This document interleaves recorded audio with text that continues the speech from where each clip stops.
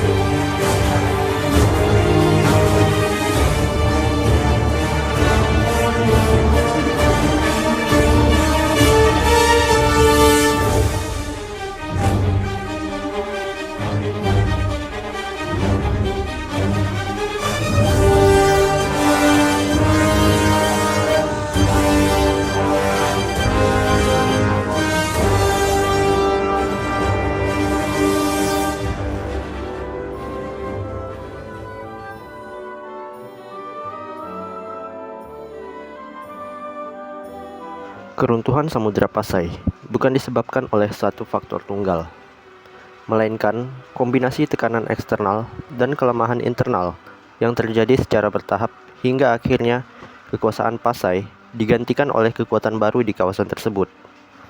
Kedatangan Portugis adalah faktor eksternal utama. Pada tahun 1511, Portugis menguasai Malaka.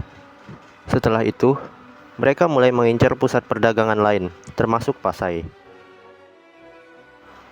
Dampaknya ke Pasai, jalur perdagangan terganggu, Portugis mencoba menguasai pelabuhan strategis, dan terjadi konflik militer. Pasai kehilangan posisi strategisnya sebagai pusat perdagangan karena intervensi kekuatan Eropa. Faktor-faktor lainnya adalah melemahnya perdagangan internasional, persaingan dan tekanan dari Kesultanan Aceh. Aceh muncul sebagai kekuatan baru yang lebih kuat, lebih agresif secara militer dan politik, dan menguasai wilayah-wilayah sekitar. Pada akhirnya, Pasai ditaklukkan oleh Aceh sekitar abad ke-16.